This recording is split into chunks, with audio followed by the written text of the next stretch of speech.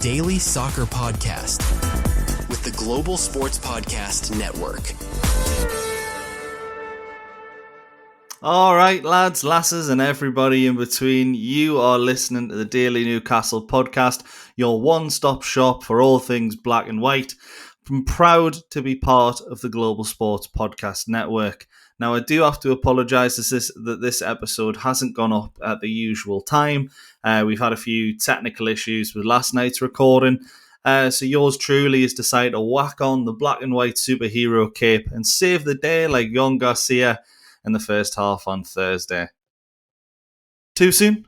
Yeah, probably, to be honest. For those of you that don't know, I'm Michael Grahamslaw, and today we're diving into a full preview of Newcastle United's upcoming clash with Bournemouth. So, to start off, we're back to Premier League action over the weekend, Champions League in midweek, and on paper it is weaker opposition, but in reality we have struggled so much against Bournemouth in recent years. Eddie Howe returns to his former club once again, but it's a club that knows him better than he knows them, unfortunately, or well, at least when you base it off recent results.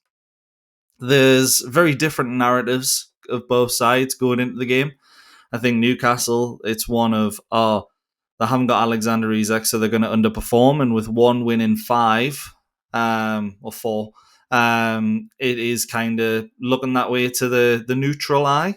While for Bournemouth, it's one of those where they lost the opening day to Liverpool, they lost in the Cup to Brentford, but other than that, 3 wins, and they've looked very, very solid.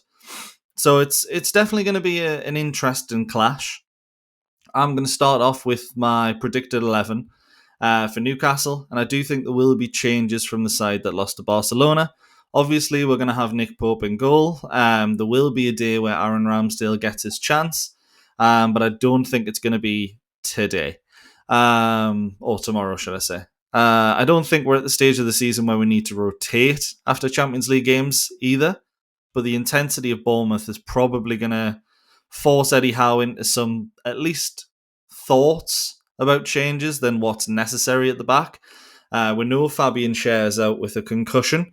So the immediate thought there is probably to throw Sven Botman into the mix, but Eddie Howe does like to play with a left-footed centre-back and a right-footed centre-back, and then Dan Burn and Sven Botman will both be left-footed, so by that logic, and the fact that Malik Thiaw came on against Barcelona, we might see Malik Thiaw in there alongside Dan Burn as a sort of a reward for the impressive cameo we saw in midweek.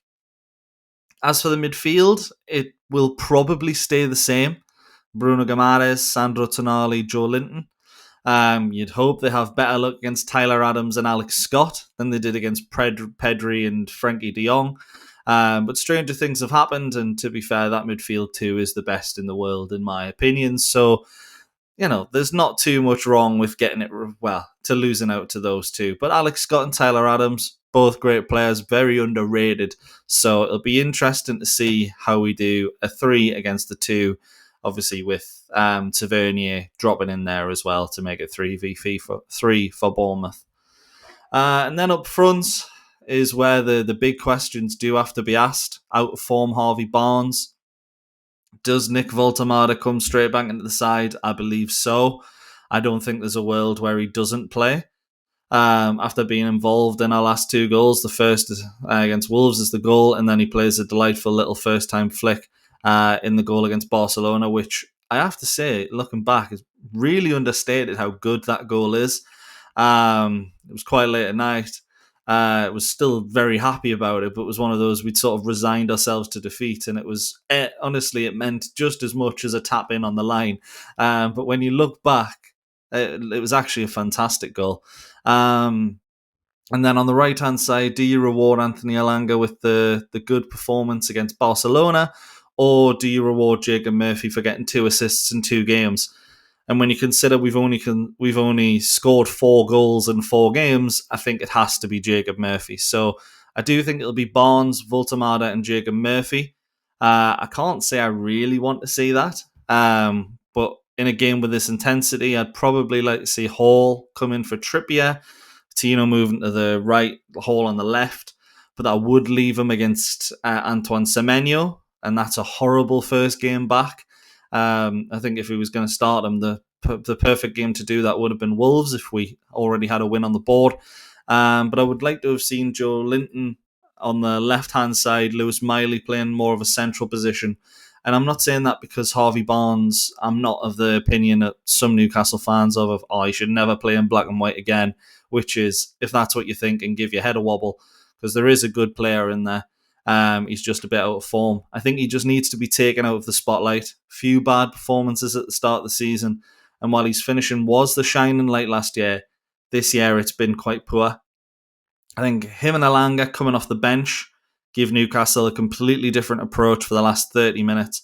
And it'll be similar to Barcelona on Thursday, where if we're still in the game with 20 minutes to go, we'll be very happy. Or, well, I say, if we're not behind with 20 minutes to go, we'll be very happy, because Bournemouth do tend to do a number on us. Although our record at Bournemouth is actually a little bit better than you might think. But the game plan will be substantially different. Even though the end results, we'd be happy still being in it or level with 20 minutes to go still. We'll have more possession, significantly more than we had against Barcelona, even though we're playing away from home. Bournemouth are excellent at what they do, and that is counter-attacking, direct style of play. And it's brilliant when you actually watch it in full flow. The one battle that I'm really interested to see, and this is the reason I was saying I would like to see Joe Linton on that left-hand side instead, is Bournemouth's makeshift right-back James Hill, originally a centre-back, having to play out a position, hasn't done bad any start so far. He's had a couple of sub-appearances as well. I don't really count the cup game against Brentford, but in the Premier League he's looked decent. And whoever plays on that left wing has to put the youngster under pressure. And if he deals with it, then go to a different plan. But immediately from the off, put the young new lad under pressure. I think Joe Linton's the best player to do that personally. As a young player, seeing Joe Linton up against you, and let's be honest, probably having a shoulder or an arm as he tries to fend him off of someone that strong that early in the game, it's something that'll strike fear into a defender, whether they'll like to say so or not. And then once he's worn out from that battle, bring on Harvey Barnes, who will cut inside and try and cut in, and likely get the better of a worn-out fullback. But yeah, one thing that's surprised me quite a lot in the last few games is the fact that people have been criticising set pieces. You have to remember that we've scored 2 out of our 4 goals this season have come from set pieces. One has been a cross into the box.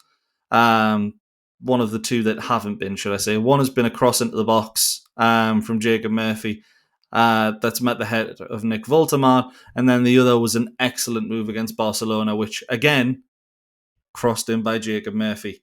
So it's one of those where us putting the ball in the box and set pieces are probably the only ways we're getting goals, it feels like, at the moment. But that needs to change. You got to remember, we only scored 12 set pieces in the entirety of... Actually, I imagine it's 13, actually, with the goal in the cup final. We only scored 12 in the league in the entirety of last season. We've got a sixth of that after 3 or 4 games. So it's one of those where you keep that up, you're getting a lot more goals from those situations. And don't get me wrong, we're not exactly an Arsenal or a Chelsea who already have 5 and 6. That's where we want to be, but it certainly hasn't been as bad as what I've seen some people saying. What I will say, and this is where I think the frustration comes from, is that we have significantly more corners that just end up doing nothing. And it's like, pass out to Gordon or pass out to the winger, and then hope they get a cross in, and it then hits the first man or it goes over. And it's different to hitting the first man directly from a corner, which is what we've seen so many times in recent years as Newcastle fans. But it is a lot more frustrating when you take a short corner and it doesn't result to anything, because you're sitting there thinking, we've got players in there who are brilliant in the air. And just look at Dan Burn in the cup final. I'm aware that's not usually the end result when Dan Burn gets a header on the ball. But you look at some of the goals we scored from corners over the recent years. It is a strong point for us. So I think it's more frustrating when we take it short and it doesn't really result in anything. It's gonna, but what I will say, Martin Mark, he's come in.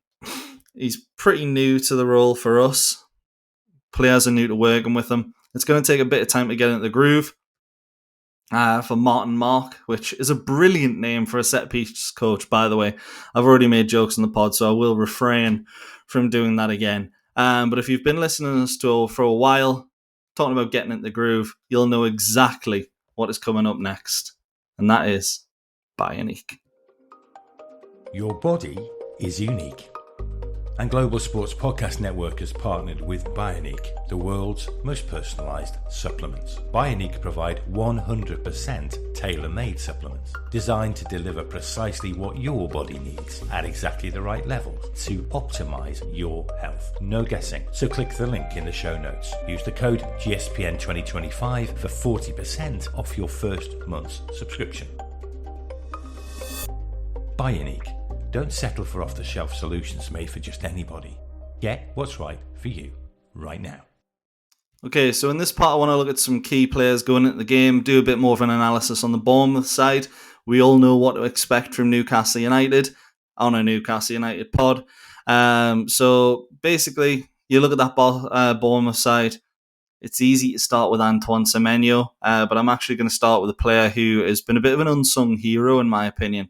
And it'll be a massive clash against Nick Woltemade on Sunday, and that is Marco Senesi. Before Zabani and Dean Huijsen got put into the team, he was that rock, and if you remember, in the 1-1 draw with Bournemouth a few years ago, it was actually Senesi that scored, so he does have that attacking threat as well. It was a huge surprise to me when he got dropped. But then when you saw how good the two replacements were, I mean, both of them have been sold to PSG and Real Madrid for a combined total of 120-odd million, which is enough to buy you an Alexander Isak these days, which is, to be honest, I think I'd rather have the two really solid centre-backs, but not bad at all when you consider the comparison. Senesi has turned what should have been a really shaky Bournemouth defence into quite a solid one. I think he's a real leader at the back, and we saw that in his time in the Eredivisie. So maybe it's not as much of a surprise as it should be. But what is a surprise this season is that Justin Kluivert hasn't really been starting games for Bournemouth. It's been David Brooks on the wing, and then Marcus Tavernier has been playing in that number 10 role. And to be honest, I like David Brooks. I like Marcus Tavernier, particularly when you consider the latter is a former Smoggy.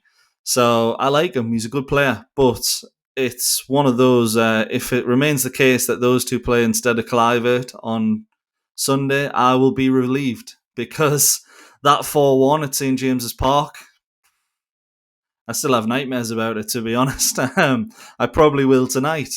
So hopefully he doesn't play. But both Brooks and Tavernier are good players in their own right and definitely shouldn't be underestimated, particularly with their quality on the ball. And then the main man, as I mentioned earlier, is going to be Semenyo. I think you just have to watch him play to understand why Bournemouth wanted 75 million for him. I think we were willing to pay 55, 60, similar to a little bit more than we did with Alanga. But to be honest, 75 million is probably about right. He'll be the main threat against us, but I have to say, and I know I said I'd potentially start Lewis Hall on the left-hand side, but the way that Tino Livramento has started the season, that's going to be a fantastic battle. And I'm not saying I'd be confident with Tino handling Semenyo, but I think he's probably the best player in the team to do that. So a little bit more confident there than what I'd maybe normally be. But Lewis Hall, if he comes in as well, has battled some brilliant right wingers and come out on top. Bukayo Saka, Mo Salah, just to name a few. Our weakness, I think, is Bournemouth's strength on the same matter. I think Semenyo, Brooks, Tavernier, Evan Nielsen, who I haven't mentioned yet, they're excellent on the counter-attack. I know they've lost Diego Torra, who should have scored the winner in this fixture last year. And they're also, it looks like Clivert will just come off the bench. But their counter-attack, and although those players don't sound terrifying, they very much can be, and they very much are when you watch Bournemouth play.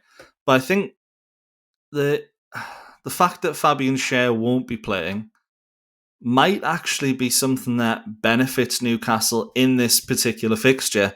Or maybe I'm just trying to look at the positives of the scenario, because Fabian Schar is a brilliant defender, but if Malik Chow comes in, I don't know if he's as good of a defender as Fabian Schar, but he's certainly quicker, which is going to help with those transitions on the counter-attack. And then Sven Botman, I mean, we call him the Rolls Royce for a reason. He is also a little bit quicker than Fabian Schar, so he's going to be less prone to those counter-attacks. And to be honest, on his day, Sven Botman's a great defender. One of certainly the best we have, I think, on his day. But he's just so injury prone. I think if those two stay fit, Malik Chow and Sven Botman, I think by the end of the campaign, those two will be our starting centre-backs. And it could be that both start this weekend. Maybe Dan Burn he'll want to give a little bit of a rest to, or he'll rotate them knowing that Bournemouth play with such high pace and intensity, and there's not going to be too many balls floated into the box. So maybe, just maybe, we see those two instead of Dan Burn, Fabian Schar, give Burn a little bit of a rest, and maybe bring him on later in the game if we're leading 1-0. Because if we're leading 1-0 and he's there in the box, I'm very confident that every ball that comes in is just going to be walloped out. But yeah, it would be harsh to drop Burn, and I don't think it'd be something that would be actually a dropping. It would just be a tactical change, and Dan Burn would come straight back in for Arsenal. And then I think it's hard to say exactly where the game is going to be won and lost. It's probably going to be in midfield, I would say, with our turnovers. I think if we have the same energy we had against Barcelona, which we're not going to, but if we have half the energy we had then, we should be able to press very well and cause a lot of problems at the start of the game. Bournemouth, when they win the ball in midfield through typically Adams, they can transition so quickly, and I think turnovers are going to be the name of the game for both teams. And quite often it's going to be the team that gets it right are the ones that win the game. I think when we lost to Bournemouth 4-1, they were so quick in transition. Every time we got the ball, they pressed on us really quickly.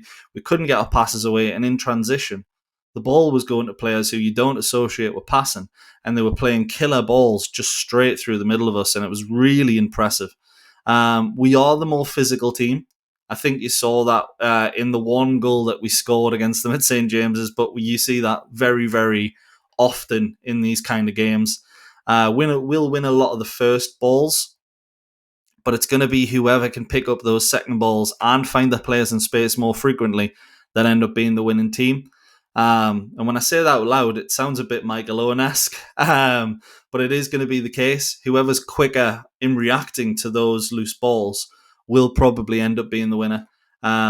It could be a very, for a lack of better phrase, balls to the wall, end-to-end kind of game. And I'm very excited for it, if I'm honest. If I'm trying to give a full prediction, which I probably should, I am going to go with a 1-1 draw. I do think our record at Bournemouth is good, but under Eddie Howe, I think we might beat them once or twice, but we tend to draw more often than not. We'll frustrate them, I think, by causing a few problems on our own, holding on to the ball a little bit more in the back in defence, not allowing those quick transitions where we can. And we might even play a different style where we just hoof it up to Nick Woltemade at some point and see what sticks around him. I don't like to see us play that way, but when you've got a team so quick in transition, sometimes the best way to nullify them is just by not having your fullback, your defence, blistering forward and just leaving 4 or 5 there at the back, always ready. Particularly in these away games. It's not a style of play I'd like to see us play, because I like to see us try and win every game. And I think we saw against Barcelona, we will go head to head with the best in the world, and we'll at least try even if we don't win. But I think Bournemouth will score first. They'll start the game full of energy, as they always do. The big issue for me is where goals are going to come from Newcastle, because if Nick Woltemade doesn't score, it looks very unlikely that other players are going to step up. Barnes doesn't look like he can put the ball in the back of the net at the moment. Jacob Murphy's finishing is a little bit off. To be honest, his crossing it's decent. There's always that one cross in the game that's perfect, and if the other 10 are terrible, then at least one of them is perfect. But he doesn't score. He's not going to score a lot of goals, I don't think, this season. The combination him and Isaac was beautiful, to be honest. And it's going to take a while for that sort of repertoire, or not even the right word, rapport, to be created with Woltemade, Wissa, whoever it is. So yeah, it's going to be one that I think we're going to have a bit of a difficult season in regard to scoring goals, but we look a lot better defensively. But as I mentioned, I think Bournemouth will score and start the game full of energy. We'll pull the game back round half time, maybe early in the second half, and then you're going to see the last 30 minutes, maybe the last 20 minutes, where you just have end-to-end counter-attacking football. Barnes and Alanga for Newcastle. Potentially, I'd like to see both of them come off the bench. Maybe Barnes starts, but particularly Alanga. Bournemouth have got some brilliant players on the bench as well. A good counter-attacking style. I think they'll get the better of us in regards to that end-to-end battle, but I don't think they'll be able to break us down. I don't think there'll be too many clear-cut opportunities, and because of that, I think it is going to be a draw. But I want to hear from you. Who starts on the wings? Would you keep Alanga in the 11? Who starts at the back? Is it Dan Burn keeping his place alongside Malik Chow? Would you play Botman or Burn as two left-sided centre-backs? Let me know. Or let us know on GSPN Newcastle on social media or in the comments below. And remember, if you haven't subscribed to us on YouTube or you haven't liked the podcast on Spotify or anything like that, please do. It gives us a massive lift. And from what I can see, there's a good 80% of you that actually listen to us but aren't subscribed.